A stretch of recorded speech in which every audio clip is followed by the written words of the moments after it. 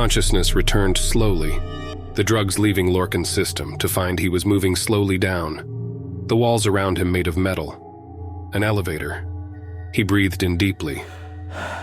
There were those who spoke of it, the sarcophagus, but no one knew the truth. It seemed as though anyone who walked in never returned. None were missed. He wouldn't be either. The choices he made no longer making him seem human to most others. The end of his life something they wouldn't be saddened by. Not even his mother would cry. Lorcan stared at the door. Escaping the elevator was an impossibility, but there may be other chances. Whatever the others said might be nothing more than stories, to spread fear into those who were chosen, the way he'd been. It was his time to be useful. At least that was what they said, so it was likely he'd be given some kind of job to do. Finally, his consciousness fully his once more. The elevator reached the right stop, and the door opened automatically. Outside were guards. Each held a firearm, pointed directly at Lorcan, something he'd become used to. Stepping out, knowing it was what he was supposed to do, he looked at each of them in turn, before the sound of footsteps started to come from in front of him. At the same time, the elevator started to move back up. Glancing back, no sign of an easy route to follow the elevator. Lorcan waited, the footsteps likely belonging to the person who'd explain it all to him. When they stepped into the light, a young woman who looked as though she was barely out of college, he raised an eyebrow. She didn't seem to pay any attention to his reaction. Lorcan O'Connell. Who else was it going to be? Nodding, not wanting to anger her on the first day, he studied her. You have been brought to the sarcophagus to assist us in our research. She gestured for him to follow her, as though he had any other choice. The guards gently urging him in that direction. This facility is somewhere you will not be able to escape. Your escapades are well known to us, Mr. O'Connell. Saying nothing, certain he wasn't meant to, Lorcan kept his eyes on where they were going. The guards were watching him closely, but if he was there to assist with some kind of research, it was likely he'd be dealing with scientists. All it took was for one of them to make a mistake. You, of course, don't believe me, but you may when I explain more about the work you are to be doing. She glanced back. There have been those who thought they may be able to use me as their route out. It didn't work out for them, and it won't work out for you. There was a certainty in her voice Lorcan had never heard before. Whatever you may imagine, I was chosen for a reason. Yes, I am young. However, my father has been working on learning more for many years now, and he is no longer able to deal with the depth. We are deep under the sea. He stared at her back. This is the deepest I believe any humans have ever been. During one of my father's journeys down here, he found something. Sadly, due to a lack of understanding of what it was, both his companions died, and it was then he started to understand there was so much more to it than he could have imagined. Now, after many years of studying, we understand better. At some point in our distant past, someone or something built something down here. Father believes it may be some kind of temple, connected to an old god, but so far the only thing we are certain of is that we haven't yet explored everything. It's below us, deeper than we are. And you're our next explorer. You'll be going into the ruins. There will be no lights. One of the strangest things about the ruins is light sources of all kinds are useless. In the early days, we tried them all, attempting to find a solution to the problem. Back when Father first found it, they used ropes, believing it would be enough, and finding it wasn't the case. Before you're sent in, you'll be given a suit, which uses sound waves in order for you to navigate, similar to a bat. We know these work, although so far we haven't had anyone return to us. We simply have an expanded map with another disappearance to add to the list. You may be an exception to the rule, Mr. O'Connell. That seemed unlikely. Was he permitted to ask questions? Lorcan raked a hand through his hair, eyes still on the back of the woman leading him through the facility. Someone who'd never given him a name. What did it matter, when it was obvious he was going to be lost within the ruins like all the others? How many had there been? Through the years, so it got to the point where everyone knew about it. So far, you've been very quiet. It's not unusual. Finding out where you are often has that effect on people. But I am willing to answer any questions you may have at this point, if I have the answers to give you. Does anything actually matter? Lorcan shook his head when she glanced back at him, her eyes emotionless. You can answer my questions, but I'm going to walk into that ruin alone, knowing I'm never going to return. Anything you tell me right now means nothing. Maybe it does. Some have been fascinated by the very idea of the ruin, believing they will be the one to find their way out. You, on the other hand, have gone in the opposite direction, not willing to think it's possible you might be an exception, and therefore, all of this means nothing to you. I have found this has an effect on how much deeper you can get. Those who have seen themselves being different have been lost to us far sooner. Have you never been scared one of us might come back out? Why scared? Mr. O'Connell, if one of you does end up becoming the exception to the rule, it will change everything for us. She stopped, turning to look at me, her eyes on mine. I have no doubt what you think of us and the decisions we've made in order to map these ruins. Had they been anywhere else, I'm certain the government would have closed them up a long time ago. Instead, they keep sending you to us in order to understand more. Understanding is more important than I think you could possibly understand. How were they made? Does this mean there were civilizations who were able to get down this deep in order to build their temples? We know so little, and the very thought of one of you returning is something we haven't dared to have, as there have been hundreds lost. Too many. At times I've argued against this, saying it would be best to stop. Yet there are those who argue we can't. Not until we know what's in there. If it's something dangerous, then we need to find a way to stop it, although I have no reason to think it's something we could do easily. More than anything, I want someone to be the exception, to find their way back to tell us what they've found. But every time it doesn't happen, my belief it can die a little more. One day, I have to believe something will change, and the person we sent into the ruins will come back. If I didn't, I'd not be able to do my job. Something I have to admit I sometimes wish wasn't mine at all. But I am the only person who followed in Father's footsteps. He's unwilling to give up, the same way the government is. Leading to us being disposable. We made bad choices in our lives, so it doesn't matter if we don't return. If it was someone else, everything would be different. Yes, it would. And I don't see you as disposable, Mr. O'Connell. I want you to return. She stepped over to a locker, taking out a suit that looked like it might have been based on those divers wore. Please remove your clothes and put on the suit, ready to make your journey into the ruin. Blinking, Lorcan took it. You want me to strip right here? It's nothing we haven't all seen before. Shrugging, certain it didn't matter, he stripped off his prison wear, slowly shimmying into the suit. As he did, she was focused on a screen instead of him, while the guards all had their firearms still pointed at him. There was no way of knowing what he might do, although it wasn't like he'd try taking on multiple guards at the same time. When he did have a chance of finding a way out down there, maybe that was why no one returned. Pulling the hood over his head, a small headphone slipped into his ear. Let me know if you can hear the voice of the computer.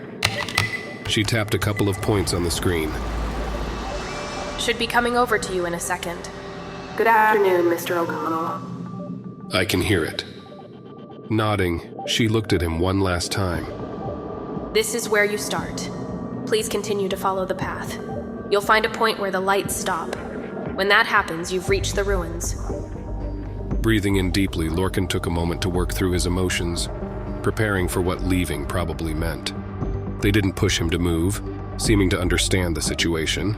Instead, they gave him that time. Maybe she did actually want one of them to return, and saw him as their chance for it to happen. It was impossible to know for certain. Starting down the path in silence, Lorcan didn't look back at any point. All he'd see were those guards, still pointing their firearms at him, ready to shoot at any point should it be necessary, and it wasn't. He was willing to do what they wanted him to, however illogical it was for them to keep sending people down into a ruin they knew probably killed anyone who entered it. Reaching the darkness took a few minutes, enough time to put a lot of distance between them and anything that did come out. Because if there wasn't something in there, why was no one ever finding their way back, or to somewhere else entirely? Maybe there were, and somewhere within was some kind of teleporter that would take him somewhere else entirely. Lorcan laughed at himself. Granddad was the one who read him stories about other worlds, up until he wasn't there anymore. His death hitting hard. The memories were still painful. He sighed, pushing them back the way he always did. Mom was the one who tried to use that as the explanation for how he'd got himself into the position he was, and maybe it did have something to do with it. If it hadn't been so sudden, one moment here and the next gone, it might have been easier. Only death was never easy. Understanding that pain should have been the reason he never forced it on to someone else. Instead, Lorcan found himself in a dark place, wanting everyone to hurt the way he did. Some said everything would have been different had he been in therapy, able to actually talk to someone, working through those emotions. They were probably wrong. Even though it was rare, Lorcan thought it was much more likely there was something wrong inside him. If there wasn't, he might have cared when he killed those people. Granddad was the one person he'd truly cared about, and losing him, well, it was an inevitability. All mortals died. Even he would, potentially in the ruins he had almost reached. It was probably for the best he was there. At least his death would mean something to those who wanted to understand what was there. Reaching the point where all light stopped, Lorcan gave himself another moment, knowing when he stepped into the darkness, everything was going to be different. Finally, after longer than he should have waited, he stepped into the darkness, losing all sight in the second it took. Touching the wall with one hand, Lorcan at least knew he was somewhere. It wasn't all a hoax. He breathed in deeply, slowly running his hand over the cold stone. Walk forward, Mr. O'Connell, until I tell you to turn. Doing as he was told, the easiest task, Lorcan thought of the woman who'd sent him down there, how similar her voice was to that of the computer. Maybe they'd used her to create it, because she had made the decision to take over from her father, so those who started wandering the ruins would at least have some consistency. Left here. Knowing he should do what he was told straight away, Lorcan still reached out with one hand to see if there was a wall on the right. There was. Interesting. Going left, the silence lasting longer than it had before, he found himself wondering how large the ruin was. He didn't have any idea of what it looked like. Maybe he should have asked more questions. Ignoring the fact he was walking into something he knew nothing about was stupid. Right now. Once again, Lorcan reached out for the other wall, realizing there was nothing there. As he turned, his arm brushed against a wall in front of him, so he'd been moments away from walking directly into a wall. Something he definitely would have done had he not reacted differently to the voice. You could give me a little more warning. It wasn't going to be able to hear him, probably programmed not to say anything more than it did. Unless you want me to break my nose on a wall. There was no response, exactly what he expected. Lorcan kept walking, not feeling anywhere near close to tired, which might have something to do with the suit. Hopefully, there was also something within it that would stop him from becoming hungry or thirsty. Otherwise, there were going to be issues in the future. Sighing, Lorcan knew there was nothing else he could do, other than think and wait for the suit to tell him where to go again. Thinking meant going over everything he'd done before, a nightly ritual for him most of the time, as he tried to work out whether his life could have ended differently, or if he was always going to be the kind of person who ended up wandering in the darkness as a disposable explorer, chosen by the government to do something they wouldn't let anyone else do. Another right. More prepared than before, Lorcan checked all the walls around him. They were all open, but he needed to go right. However tempting it was to go against the computer. It might be the way he was able to find a route out of the ruins, although if he did, was he going to be able to find a way back to the surface? Being deeper than the sea made it that much more complicated, and was probably the main reason they weren't worried about someone being able to escape if there was a way out. Glancing left, even though he still couldn't see anything, he turned right. Had someone else gone the same way as him in the past, so he was simply following their route, and eventually the time would come when Lorcan would step down a path no one had ever been down before. Not that he would know when it was. The computer might have that knowledge without being able to share it with him. Walking for what felt like longer than before, Lorcan closed his eyes. It wasn't as though it mattered whether they were open or closed. The darkness unlike anything he'd seen before. In some ways, it was easier to be looking at the soft darkness of his own eyelids, rather than the hard darkness of the ruins around him. How was it even possible? There was no darkness quite as dark anywhere else, at least not that Lorcan knew of, and it was one of those things he'd learnt about from Granddad. Was it simply his vision, at least when his eyes were open? Closed, they couldn't see anything at all. Granddad would have been fascinated by the ruins. He was the kind of person who would have thrown as many people as necessary at the problem in order to learn as much as possible. Now, Lorcan was one of the people helping with that, finding answers to a question that was beyond all human understanding, at least right then. Granddad would have wanted him to volunteer for it, and maybe he had, by following the path he'd found himself on, learning more about a different kind of darkness, the darkness someone could have within their soul. Raking a hand through his hair, Lorcan kept moving. Feeling his hair reminded him he did still exist. He was still a person, walking through a dark ruin, only able to know where he was going thanks to the computer within his suit. Someone might have been able to find their way through a certain distance without help, but why would they try? Obviously, someone had, the first people to find the ruins, walking into a darkness they definitely couldn't have understood, because they were explorers. It was what they did. No one sane would make the choice to delve deep into the depths the way they had. How was it even possible? Another of the questions he should have asked before. Left, do you... Going left, not checking the other walls, Lorcan kept walking. What did it matter? He didn't need to know anything. Someone else was going to learn everything he'd found out because they'd chosen him as their next explorer. It wasn't something he'd have ever chosen for himself, but then his choices hadn't exactly been good ones. Do you remember killing him? The voice was still the same, but thoughtful. Killing who? Your list is long. Why did you do it? How long is a piece of string? Lorcan shrugged. Pain is sometimes stronger than we are. We are? Humans, mortals. He breathed in deeply, half wishing there was someone to look at. Who are you? Now that's an interesting question, but you already know the answer. All you need to do is look deep inside yourself. Who are you? Do you remember dying? Switching from female, the voice belonging to the woman upstairs, to male. It seemed as though Lorcan was talking to himself. Another of the many things he wasn't able to understand. How could the voice change if everything was programmed to work the way it did? Was it something they were doing to him? Attempting to turn, to go back, Lorcan found himself trapped in place. Closing his eyes once more, he thought of the questions the voice asked. He'd asked, who was he? Did he remember dying? How could he remember dying when he was alive?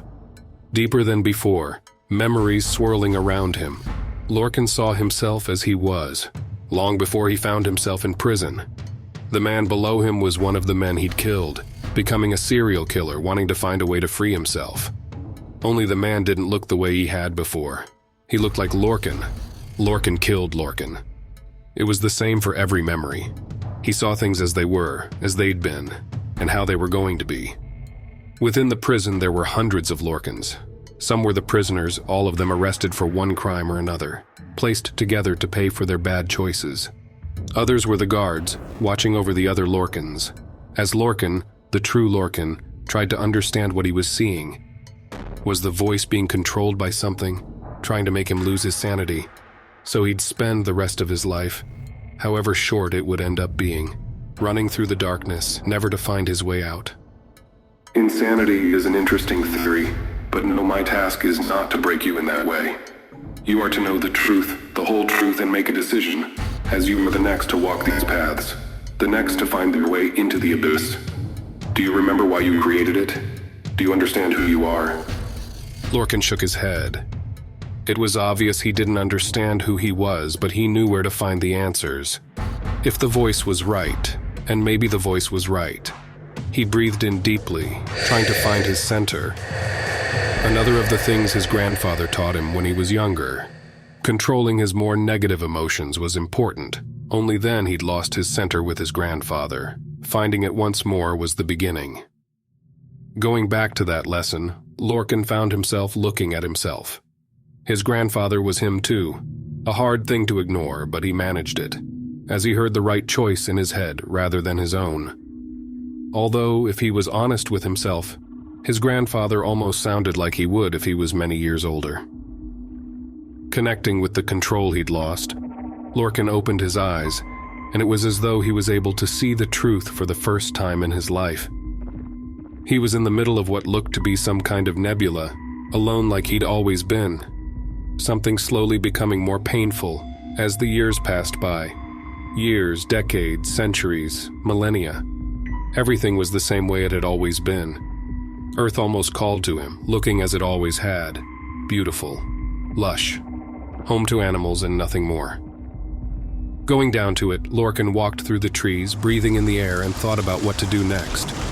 How was he going to change things for the better? Was it even possible? The animals didn't seem to fear him. One, a wolf, moved closer. It didn't have a name then, but Lorcan knew it as it had become, a dog.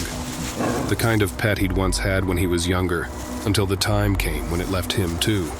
The pain probably what ended up breaking him. Death was complicated in so many ways. Petting the wolf, Lorcan thought of what his future was going to hold. Nothing in the universe. He was alone, and would always be alone, unless he did something to change that future. It wasn't as though he couldn't. Leaving the wolf with one last scratch behind the ears, he delved deep into Earth. Going through the layers, deep enough it was likely never to be found, Lorcan started work. If it was, it needed to be a safe place, for those who learnt the whole truth about who he was. Somewhere he could make the choice once more, if it was right to keep up with things as they were. Maybe the time would come when he'd bring an end to it all, but there was no way of knowing if it would happen, or when it would be, or who might make the choice in the end. Little by little, he created the ruin, the abyss, a hiding place for the truth. It wouldn't be easy to find, but those who did would learn everything. From the beginning to that moment, as they stood within the darkness, making a decision that might change everything, the very way he'd made a decision he knew would change everything for the best. Moving from the ruin to the surface once more, Lorcan started work on the next stage. Beings made from his consciousness, slowly dwindling himself down to nothing. And yet he was everything. He was everyone. Man, woman, child. Not the animals.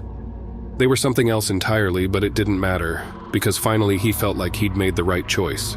As he had that thought, he let himself forget. Lorcan no longer knew who he was. He was simply another human, and from there came the billions who inhabited Earth, all of them part of the beginning. Unlike anyone else, he knew the whole truth about the world. Others had made the same journey, learnt the same truth, with none of them making the decision to return. The darkness was no longer impenetrable. Able to see the ruin, which was better called a maze, somewhere his selves would wander until they touched the truth, the suit becoming part of them in a way it hadn't been before. Breathing in deeply, Lorcan sat down on the stone. If he left the ruin, everything would fade away. Like before, he'd be alone, but the worst part was that he'd know he was alone. Maybe he'd remember all the lives he'd lived, able to dwell in those memories, only it would never be the same as it was. Yet humans had done so much bad. The choice he'd made changed Earth in multiple ways, most of them terrible. And Lorcan knew if he headed back through the maze, gaining all those people as a part of him once more, everything would be different. Earth would return to how it was before, a paradise. Was he truly willing to be selfish enough to let himself destroy a planet? Biting down on his lip, feeling the pain, he thought of all the lives he'd lived where he'd hurt in one way or another. Traumatized by those around him because they were traumatized themselves. It went down from one generation to the next. Lorcan's own life a reminder of that, something that broke him. Others were broken in a similar way. Hence prison. Being sent down to the sarcophagus knowing he was likely to die, but death wasn't the worst possibility, and he'd never known. Never had a way to. The truth hidden in the very deepest depths of Earth. Something people were going to keep exploring. Another thing he could keep from happening if he made the decision to walk back. All it took was him walking back through the maze to find there was no one there. No one anywhere, alone. Closing his eyes, Lorcan thought of the good in the world. It existed, everywhere. He might not have been able to see it, his own pain that much stronger, but he was able to see it as he sat in the maze, the ruin, the abyss, the sarcophagus, and more than anything else, the truth. How did the others decide? Exactly the way you are. Those who come down here have found life to be the most complicated it could be. It's part of the reason you're the ones who need to make the choice. You're the ones who truly understand pain, in a way those who are happy cannot. They aren't able to understand how bad things are at times. Yet as you have thought, there is also good. Pain was something Lorcan felt before, as he wandered the universe searching for someone to be with, to not be alone any longer. Millennia of hunting for that one thing, and in the end he found it, but it wasn't what he expected it to be. Instead, it was a world he was able to claim for his own, to build something, which wasn't perfect. Nothing could be perfect. He was fallible, so his creation was fallible. They make mistakes. Lorcan made mistakes, letting the pain get the better of him, and he wasn't the only one who did. Had it not been for the others, those who made bright choices, he might have made the decision to walk back through the maze to where she was waiting, only she wouldn't be there any longer. She'd be one of the first to become part of him again, along with the guards and anyone else in the facility. From there, it would be the rest of humanity, little by little, until he was the only one left. He wouldn't be Lorcan anymore. Instead, he'd be the Wanderer once more, with nothing. Earth would be able to return to how it was, and maybe it was the choice he should make for the planet, but he couldn't. Leaving would destroy him. Able to see it in a way he couldn't before, he saw how loneliness was slowly transforming him, and that was part of the reason there was both dark and light within the human race. How he might have become dark enough to destroy the entire universe, because it hadn't given him what he wanted, a companion. Someone to love, the way he'd come to love in so many different ways. Maybe he would destroy Earth by staying, but surely it was better to sacrifice one planet than it was to sacrifice them all. Lorcan's decision was made. He stayed sad in the ruins, the same way all the others had done before him, hundreds of them having made a similar choice. They chose the universe over Earth. They chose their own sanity over anything else. Yes, a selfish choice, and yet it was the logical one, the most logical one for everything. He thought back to the wolf, scratching ears, one animal giving him a moment of something he could never have imagined before. It was then he knew what he needed, in a way he hadn't before, so he took it. One day he might not need it, but that day hadn't yet come.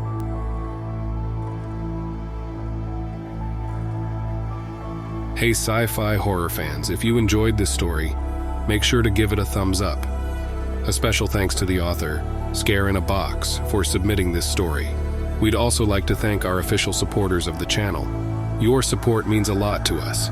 Craving another scary story? Click on that video on your screen. Until next time everyone, and remember, stay cosmic.